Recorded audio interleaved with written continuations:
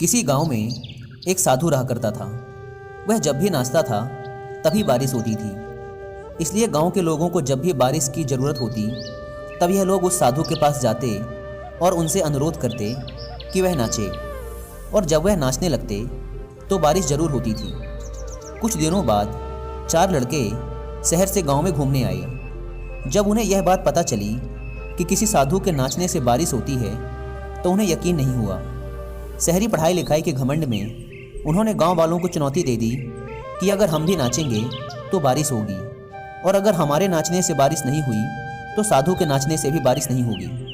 अगले दिन सुबह सुबह गांव वाले उन चारों लड़कों को लेकर साधु के कुटिया के पास पहुंचे। गांव वालों ने साधु को सारी बात बताई।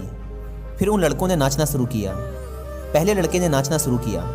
आधा घंटा बीत गया। फिर पहला लड़का थक कर बैठ गया, पर बादल नहीं दिखे। कुछ देर बाद दूसरे लड़के ने नाचना शुरू किया, और 1 घंटे बीतते बीतते वह भी थक कर बैठ गया। बाकी दोनों लड़कों ने भी ऐसा ही किया, पर बारिश नहीं हुई। अब साधु की बारी थी। उसने नाचना शुरू किया। 1 घंटा बीत गया, पर बारिश नहीं हुई। साधु फिर भी नहीं रुका, वह नाचता ही रहा। नाचते नाचते 2 घंटे बीत गए, पर बारिश नहीं हुई। 4 घंटे बीत गए, पर बारिश नहीं हुई। लेकिन साधु तो रुकने का नाम ही नहीं ले रहा था। धीरे धीरे शाम ढलने लगी कि तभी बादलों की गड़गड़ाहट सुनाई दी, और थोड़ी देर बाद जोरों की बारिश होने लगी। यह देखकर चारों लड़के दंग रह गए और तुरंत साधु से क्षमा मांगी। फिर चारों लड़कों ने साधु से पूछा, बाबा, भला ऐसा क्यों कि हमारे नाचने से बारिश नहीं हुई और आपके नाचने से बारिश हो गई?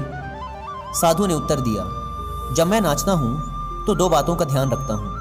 पहली बात तो मैं यह सोचता हूँ कि अगर मैं नाचूंगा तो बारिश को होना ही पड़ेगा, और दूसरी यह कि मैं तब तक नाचूंगा जब तक कि बारिश ना हो जाए। सफलता पाने वाले में भी यही गुण विद्यमान होता है।